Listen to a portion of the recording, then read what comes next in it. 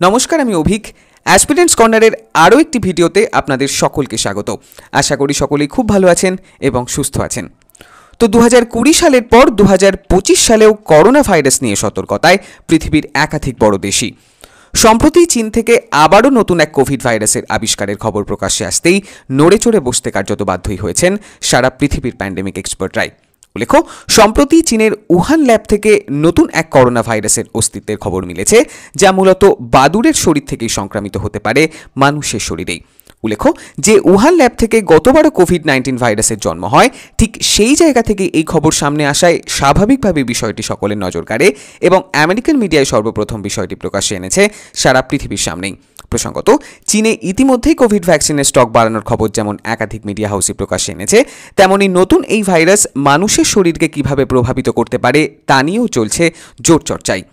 এই ভিডিওতে আমরা যেমন নতুন এই বাদুড় থেকে সংক্রামিত করোনা ভাইরাস নিয়ে আরও বেশ কিছু তথ্যই জানব, তেমনি আগামী দিনে এই ভাইরাস বড়সড় কোনো বিপদ ডেকে আনতে পারে কিনা সেদিকেও নজর থাকবে আজকের এই নতুন এপিসোডেই। তাহলে আসুন জেনে নিই চীনের নতুন বাদুড় করোনা ভাইরাস সম্বন্ধে আরও বেশ কিছু তথ্যই। তো প্রায় বছর 5 বাদে আবারও করোনা ভাইরাসের আতঙ্ক ফিরে এলো চীনের উহান ল্যাবের সৌজন্যেই। 2019-এর পর 2025 সালেও অনেকটা একই রকমভাবে নতুন কোভিড ভাইরাসের খবরই আপাতত জোর চর্চায় সারা পৃথিবীর বিশেষজ্ঞ মহলই। উল্লেখ্য, শেষবার যখন এই ভাইরাস হানা দিয়েছিল তখন প্রায় বছর 3 ধরেই তটস্থ থাকে পৃথিবীর অধিকাংশ দেশই। প্রায় 28 থেকে 30 মিলিয়ন মানুষ কোভিড-19-এর জন্য প্রাণ হারান এবং সেই সাথেই বিপুল অর্থনৈতিক ক্ষতিরও সম্মুখীন হতে হয় সারা পৃথিবীকেই। এ প্রসঙ্গে বারংবারই আমেরিকা দাবি করেছে যে চীনের উহান ল্যাব থেকে এই ভাইরাস সারা পৃথিবীতে ছড়ায়, এমনকি এই ঘটনাকে হিউম্যান ইনজেক্টেড বলেও সে যাত্রায় দাবি করেন তৎকালীন মার্কিন প্রেসিডেন্ট ডোনাল্ড ট্রাম্পও। তবে চীন বরাবরই এই দাবিকে মান্যতা দেয়নি এবং এই ভাইরাস প্রাকৃতিক উপায়ে মানুষের শরীরে প্রবেশ করেছে এমনটাই দাবি করা হয়েছিল চীনের সরকারি সূত্রেই।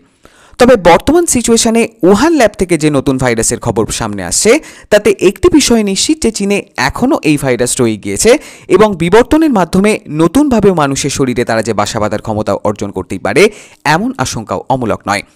তবে এখনও পর্যন্ত তেমন কোনো খবর সেই অর্থে প্রকাশ্যে আসেনি এবং এ নিয়ে এখনই বিশেষ তেমন কোনো চিন্তার জায়গা তৈরি হয়নি, এমনই আমার ব্যক্তিগত অভিমত। তবে যদি আগামী দিনে কোভিড বা তেমন কোনো অতিমারির সম্মুখীন মানব সভ্যতাকে হতে হয়, তা বর্তমান জিওপলিটিক্যাল সিনারিওতে যথেষ্টই সমস্যা তৈরি করতে পারে এবং এ নিয়ে সম্প্রতি আশঙ্কা প্রকাশ করতে দেখা গিয়েছে মাইক্রোসফট অধিকর্তা বিল গেটসকেও।